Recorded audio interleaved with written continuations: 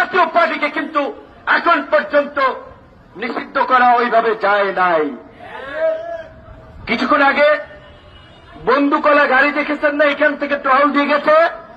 তারা ভেবেছে আপনারা যদি জাতীয় পার্টির কার্যালয়ের দিকে যাত্রা শুরু করেন, সেই জন্য বন্দুকলার একটা টহল দিয়ে গেছে।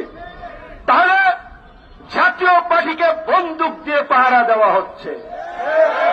জিএম কাদেরের বাসা উত্তরা, এত জায়গায় মব হইল, ওইখানে তো কোনো মব হইল না। তো এই যে তারা মবের পালোয়ান, যারা মব বিভিন্ন জায়গায় ফাটাইলেন, ওইখানে কেন ফাটাইলেন না?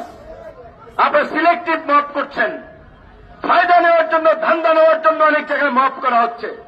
প্রকৃত অর্থে গতকালকে এই রিপোর্টার্স ইউনিটিতে কার্যত এই সমস্ত বিভিন্ন ব্যানারের মাধ্যমে আওয়ামী লীগকে ফেরানোর কিংবা আওয়ামী লীগকে প্রাসঙ্গিক করার চেয়ে